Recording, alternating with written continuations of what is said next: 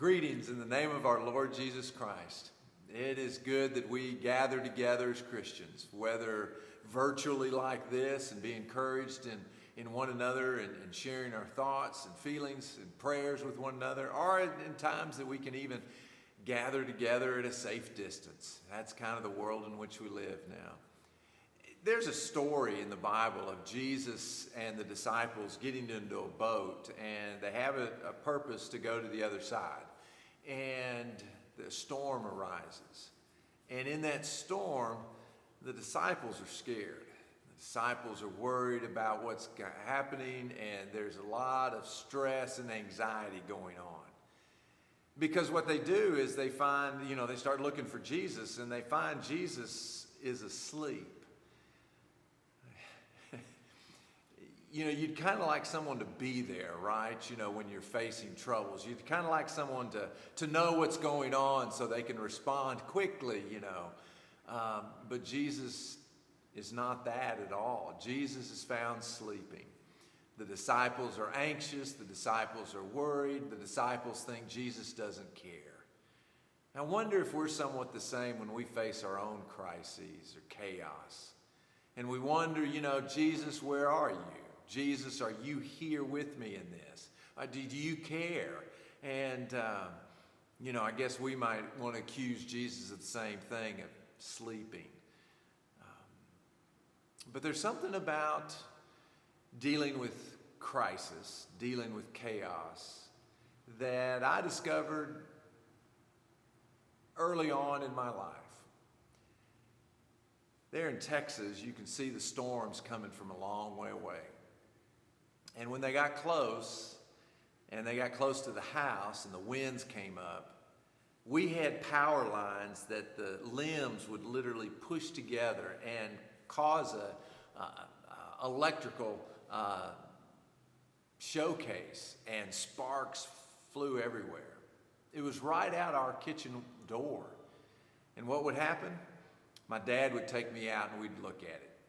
My mom would be in the back in the kitchen saying, "Bob, don't do it. Don't go out there. Don't go out there." My dad says, "We're going to be fine." And in the midst of that storm, in the midst of that power lines banging and sparks flying and limbs bending, we sat there and watched it. The coolness of a storm breeze coming in, the rains. And then when it got bad, we went inside. But it kind of taught me early on that people can react differently in the midst of stress, in the midst of chaos, in the midst of storms. And then I learned in psychology, they talked about a non-anxious presence and how that really we are to be, when everybody else is freaking out, how do we stand in there? Do we add to the mix? Do we, make it worse by showing our anxiety of what's going on? Or do we show that it's going to be all right? We're going to make it through this. And instead of blaming or attacking others in the problem or the situation, we attack not people, but we attack the problem. We've tried to find ways to make solutions. And so therefore we try to be that non-anxious presence in the midst of chaos with others. Jesus was so calm and collected that he could sleep. And he awoke and he took care of it. And they asked, were asked if they had faith. I guess that's what the question is to us. Is God going to take care of this for us? Do we believe? And does Jesus bring that non-anxious presence into our own hearts and lives, that we can be the people that no matter what the storms of life may bring, that we can help others find a way through it? I pray that we're going to be that kind of church.